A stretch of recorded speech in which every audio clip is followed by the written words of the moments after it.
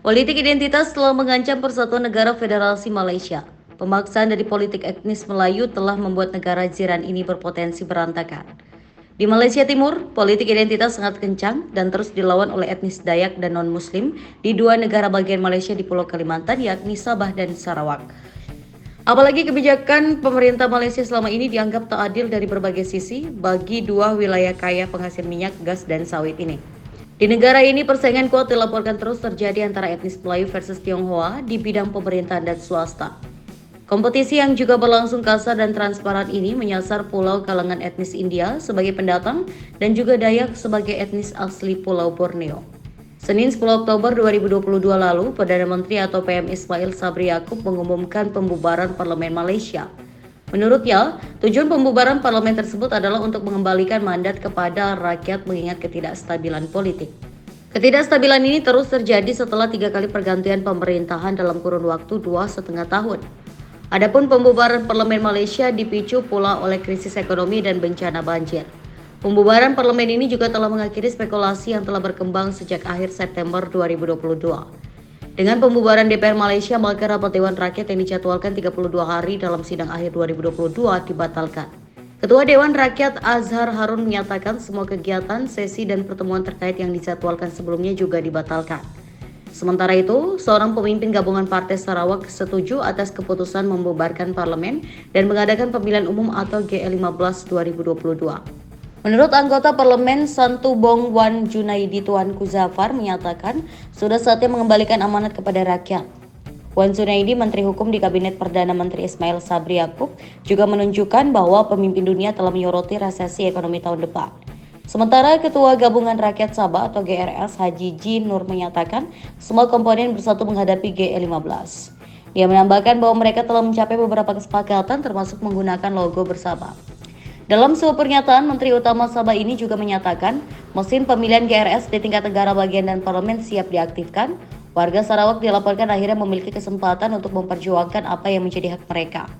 Hal ini sesuai dengan perjanjian Malaysia 1963 atau MA63 karena GE15 sudah dekat, dilansir The Borneo Post mengutip pernyataan Wakil Perdana Menteri Sarawak Dr. Shim Kui Hian. SIM menyatakan hak-hak ini termasuk otonomi pendidikan, memiliki sepertiga dari 222 kursi parlemen yang disisihkan untuk Sabah dan Sarawak. Dengan ketidakpastian global yang sedang berlangsung, menurut SIM, Malaysia membutuhkan pemerintahan yang kuat dan stabil.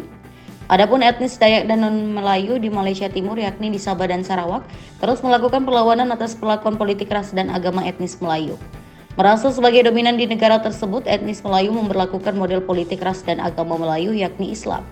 Pemaksaan ketuaan Melayu bahwa Islam harus mendominasi jabatan politik dan administrasi di Malaysia Timur adalah akibat langsung dari Malaysia. Orang Malaya alias Melayu mendorong ideologi ketuanan Melayu. Politik ini terus berupaya memasukkan dua negara bagian Sabah dan Sarawak ke dalam sistem politik mereka. Para tokoh Dayak di negara bagian Sabah dan pengamat politik Malaysia pun menuntut supaya jabatan gubernur tidak harus Muslim. Karena itu, James Chin dari Institut Asia Universitas Tasmania mengecam penolakan etnis Melayu atas penunjukan Joseph Pairin ketiga. Karena bukan Muslim, politikus etnis Dayak yang beragama Islam ini dianggap tak layak menjabat gubernur Sabah. Menurutnya, Kitingan adalah pilihan yang cocok untuk gubernur Sabah, dilansir Free Malaysia Today. Analisis politik ini menegaskan gubernur Sabah tidak harus seorang Muslim karena tidak ada persyaratan agama untuk jabatan itu. Hal ini ditegaskan menanggapi perdebatan yang sedang berlangsung di media sosial Malaysia terkait postingan tersebut. Chin menggambarkan penolakan terhadap penunjukan Kitingan karena bukan Muslim sebagai sampah total. Dalam prakteknya, menurut Chin, satu-satunya persyaratan hukum adalah kandidat itu harus dicalonkan pemerintah negara bagian, yakni Menteri Utama Sabah. Masih secara historis, Menteri Utama pertama Sabah adalah Donald Aloysius Stephens. Pada saat pengangkatannya, Stephen beragama Kristen, sedangkan gubernur pertama Sabah adalah Mustafa Harun.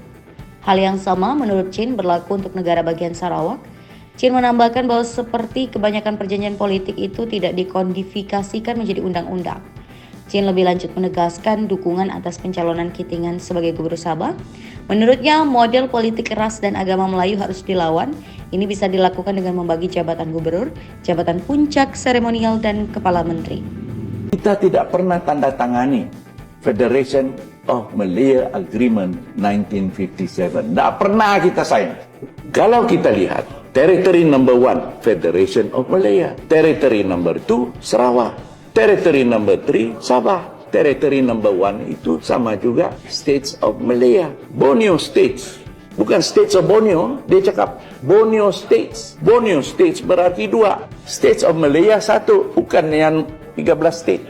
Jadi 3 wilayah. The territories of the states in clause 2. Artinya wilayah. 1 wilayah Melaya, 1 wilayah Sarawak, 1 wilayah Sabah. Kau punya sovereignty lain, kau punya jurisdiction lain. So the territories of each of the state mentioned in clause 2 are the territories comprised therein immediately before Malaysia Day. Ini kita petik daripada Federal Constitution 1970 sebelum perubahan pada 1976. Ini gambar Malaysia. Now, apabila mereka tukar artikel 12 di dalam Federal Constitution, ini terjadi. Tadi ada 3 wilayah bukan? States of Malaya, Borneo States, ada 3. Dengan pindaan artikel 12 Federal Constitution pada 1976, dia jadi 1 wilayah. Wilayah Melaya. So, the whole of Malaysia now menjadi wilayah Melaya. Malaya Territory. Jadi bila dia jadi wilayah Melaya, arti dia kau punya pelantar benua itu semua termasuk di bawah Melaya. Begitu pada orang rampas ni dia. So the states of the federation shall be Johor apa semua termasuk Sabah dan Sarawak. So kita diturunkan pangkat daripada satu negara kepada satu negeri di dalam Melaya. Coba pikir dengan waras. Macam mana diorang masukkan kita di dalam wilayah Melaya? Kita tidak pernah tanda tangani Federation of Malaya Agreement 1957. Tak pernah kita sign. Tidak boleh bukan? Tahun 76, kenapa boleh tembus? Pasal Tun Mustafa sudah dijatuhkan. Senang hati kamu, Tun Mustafa kena jatuhkan. Supaya apa? Kita boleh dijadikan Melaya. The Chief Minister proclaimed Sabah's attainment of independence. Malaysia has brought independence to Sabah, Sarawak and Singapore. The former Federation of Malaya achieved independence in 1957. Malaysia has come about with the full knowledge and consent of the people. In Jesselton, Dato Mustafa bin Dato Harun and Encik Donald Stevens were sworn in as the Yang di-Pertuan Negara and Chief Minister respectively. Both took the oath to uphold the Sabah Constitution. Encik Donald Stevens, a Kadazan, was president of the Malaysia Solidarity Consultative Committee. Dato Mustafa bin Dato Harun is a well-known leader and philanthropist.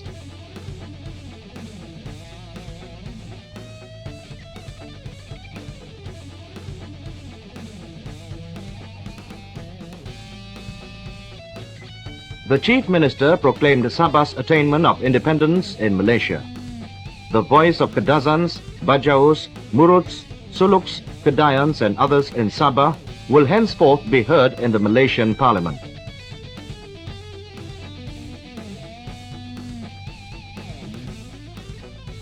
In Kuching, the new governor, Dato Abang Haji Openg bin Abang Sapi, took the oath of office to serve the people in the interest of the nation and according to the principles of justice and democracy.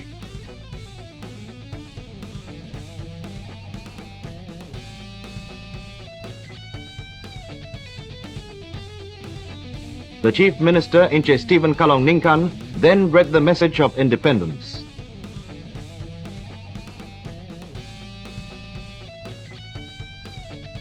Tuan Haji Muhammad Khair bin Johari, a minister from the central government, read the proclamation of independence to the people of Sarawak, declaring their freedom from all forms of colonialism and their partnership in a sovereign democratic state founded upon liberty and justice.